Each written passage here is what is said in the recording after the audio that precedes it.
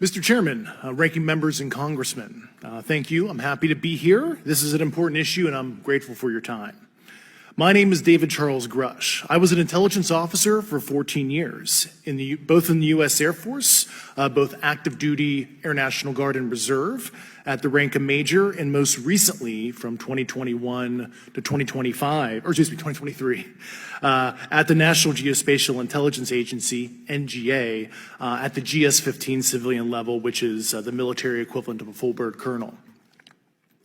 I was my agency's co-lead in unidentified anomalous phenomena and transmedium object analysis, as well as reporting to the UAP task force, UAPTF, and eventually, once it was established, the All-Domain Anomaly Resolution Office, AARO.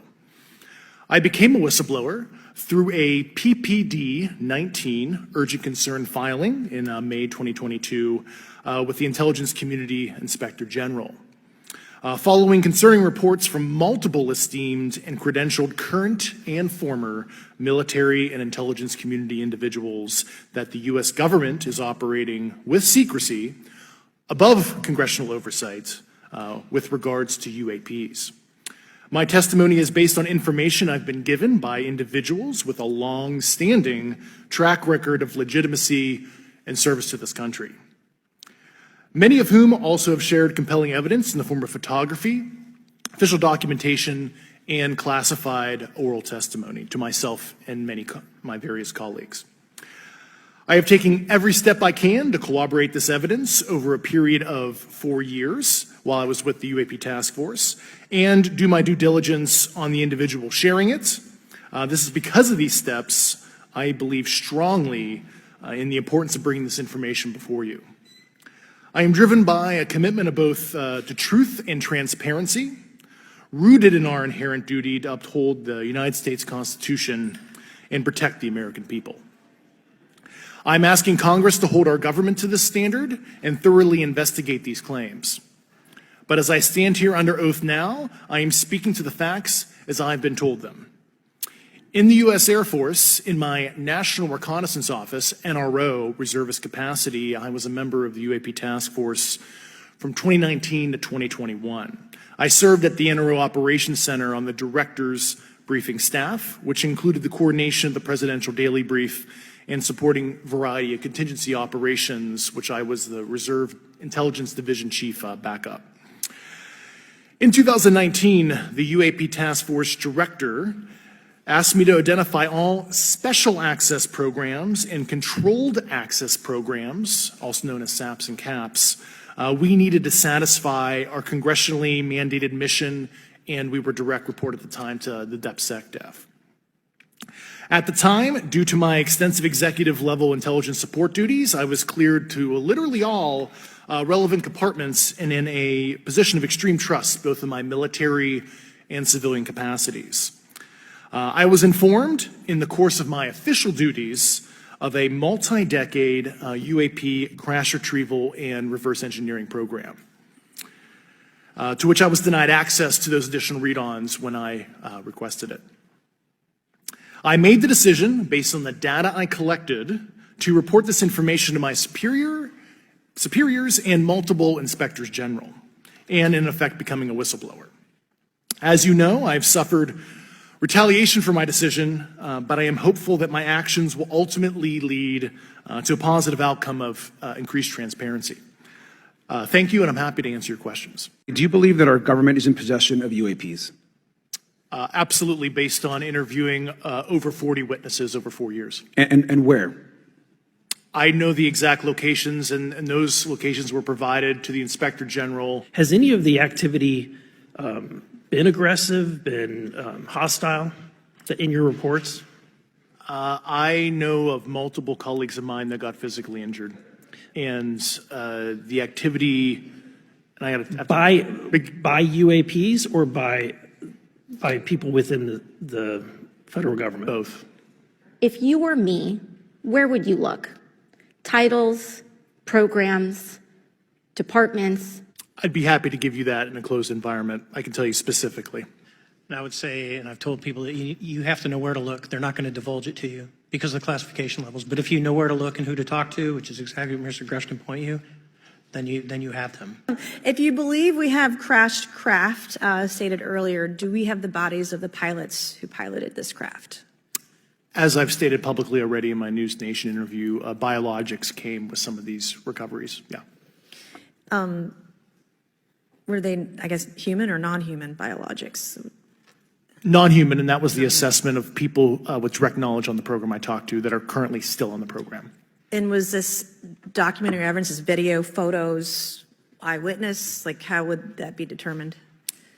The specific documentation I would have to talk to you in a skiff about. Gotcha. Okay. So, and you may or may not be able to answer my last question, and maybe we get into a skiff at the next hearing that we have, but who in the government, either what agency, sub-agency, what contractors, who should be called into the next hearing about UAPs, either in a public setting or even in a private setting? And you probably can't name names, but what agencies or organizations, contractors, et cetera, do we need to call in to get these questions answered, whether it's about funding, what programs are happening, and what's out there? I can give you a specific cooperative and hostile witness list of specific individuals that were in those. And how soon can we get that list? I'm happy to provide that to you after the hearing. Super. Thank you. And I yield back. So when we think about traditional adversaries and both us towards them and them towards us, we probe their capabilities. We look for weaknesses, and we collect that data, that reconnaissance for in the event we need it in the future. For each of you, yes or no question, based off of your own experience or the data that you've been privy to, is there any indication that these UAPs could be essentially collecting reconnaissance information? Mr. Graves? Yes. Mr. Grush? Fair assessment, yeah. Mr. Fravor? Very possible. Again, in the national security vein, is it possible that these UAPs would be probing our capabilities? Yes or no, Mr. Graves? Yes.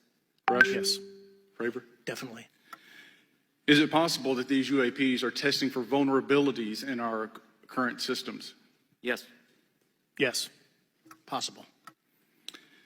Do you feel, based off of your experience and the information that you've been privy to, that these UAPs provide an existential threat to the national security of the United States?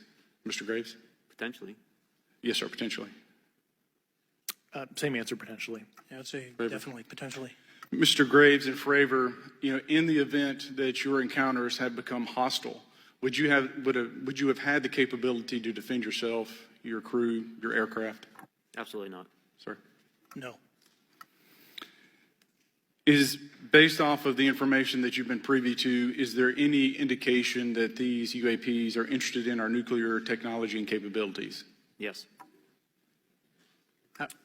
By external observation, sure, that could be a fair assessment, yeah. Yes. Is there any indication that the Department of Energy is involved in UAP data collection and housing?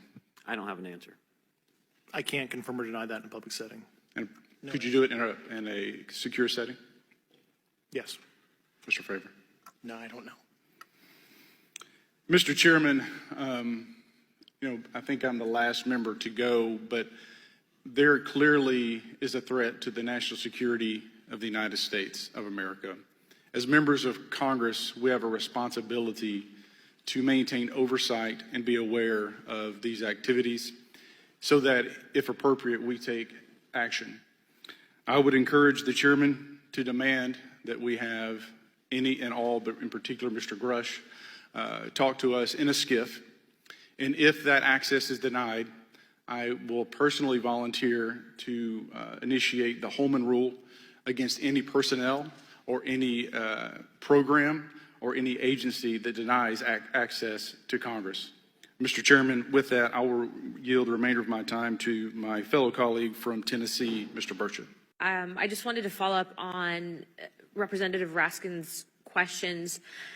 In the last couple of years, have you had incidences that have caused you to be in fear for your life for addressing these issues? Yes, personally.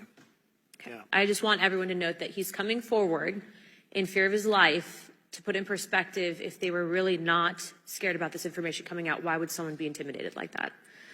It's still an uphill battle, though. I mean, every step of the way has been.